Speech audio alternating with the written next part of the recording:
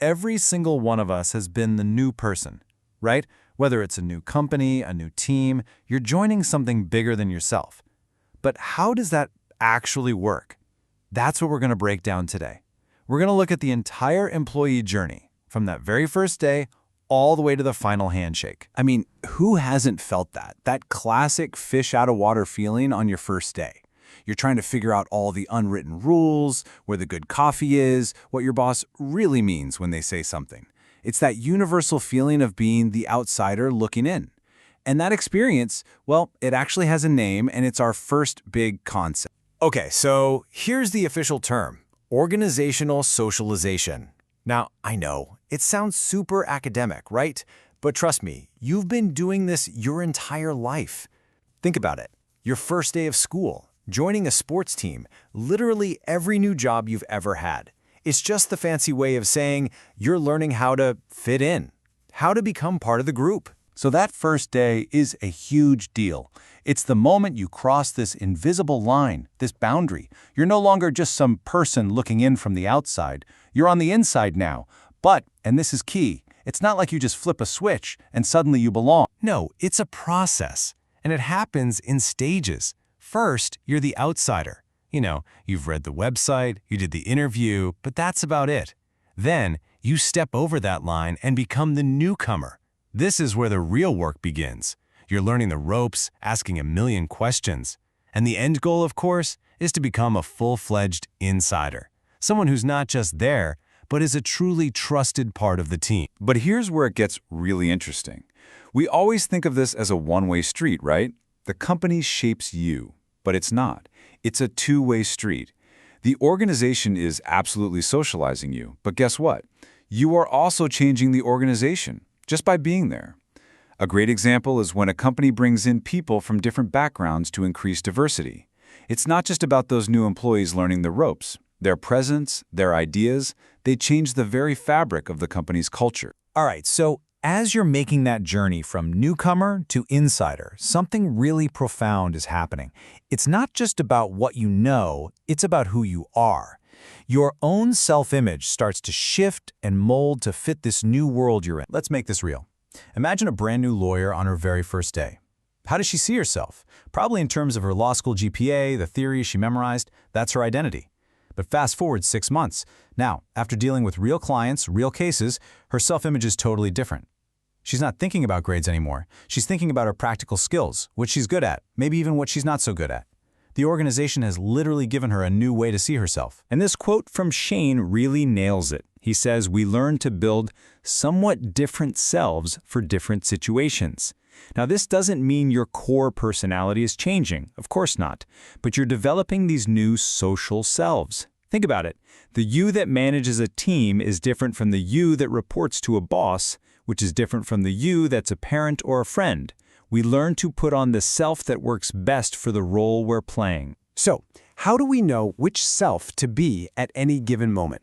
Well, it all comes down to understanding the invisible architecture of any group, our roles and our status. So, what's a role? You can think of it like a script that society hands you for your part in the play. It's the pattern of behavior everyone expects from you because of your position. And we all juggle a ton of roles, right? In just one day, you might be an employee, a subordinate, a team lead, a parent, a customer, and each one of those roles has its own unwritten script. And it gets complicated fast. Just look at this example of a factory foreman. It's not just one role, it's what's called a role set. He has to deal with his bosses, who have one set of expectations. Then there are his subordinates, who expect something else entirely. Throwing the union reps, the specialists, even the other foremen, everyone wants something a little different from him. That's a real balancing act. Which naturally leads to a huge question. What happens when those expectations clash? Your boss is breathing down your neck for more productivity, but your team is counting on you to protect them from burnout. That's a classic case of what we call role conflict, and it's something people navigate every single day in every organization. Okay, so that's your role. Now let's talk about status. And there are 2 kinds you need to know about. First, there's the formal status. That's easy. It's your job title, where you are on the official org chart. But then, there's the informal status, and this one is often way more powerful. It's the rank your peers give you based on how much they like you, respect you, and trust your expertise. You can't put it on a chart, but everyone knows who has it. And this desire for status, to get more of it, and especially to protect what we have, is a massive human motivator. This quote from Barnard points out that it's a basis for responsibility. Think about it. Why are people so afraid of losing face? That's just another way of talking about protecting our status. It drives us to do good work and be reliable members of the group. Okay, so you've joined the company, you've adapted, you've figured out your role and your status. So what's next? Well, for a lot of people, the next step is movement. Let's talk about mobility, how people actually move around inside the organizational machine. Generally, this mobility comes in 3 main flavors. First up, you've got the one everyone wants, the promotion. That's your classic upward move, bringing more responsibility, more status, and yeah, more pay. Then you have transfers. These are lateral moves, and they are super important for developing new skills or getting the right talent to the right place. And finally, you have demotions, a downward move in rank and pay, usually because of performance issues. Now, when we talk about promotions, organizations have this huge classic debate. What's the best, fairest, and most effective way to decide who gets to climb the ladder? It really comes down to 2 competing ideas. On one side, you've got seniority. You promote people based on how long they've been there. The upside? It's simple, it's easy to measure, and everyone knows where they stand. The downside? It can totally kill the motivation of your ambitious high performers. On the other side, you've got merit, promoting the best person for the job, period.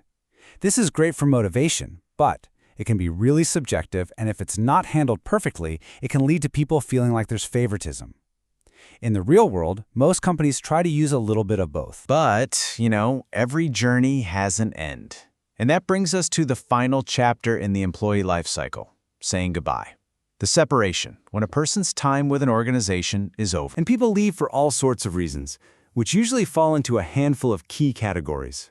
You have voluntary departures, like a resignation to take a great new job or a happy retirement. Then you have the involuntary ones, like a dismissal for some specific reason. And then there are the economic reasons, which are tough for everyone. Things like layoffs or retrenchments, where positions just have to be eliminated. Now, the smartest organizations know that every single person who leaves is a walking encyclopedia of valuable information. And that's the whole point of the exit interview. It's so much more than just a box to check. It is a strategic tool. When it's done right, and by right, I mean it's confidential and done by someone neutral like HR, it can give you brutally honest feedback that you never get from current employees.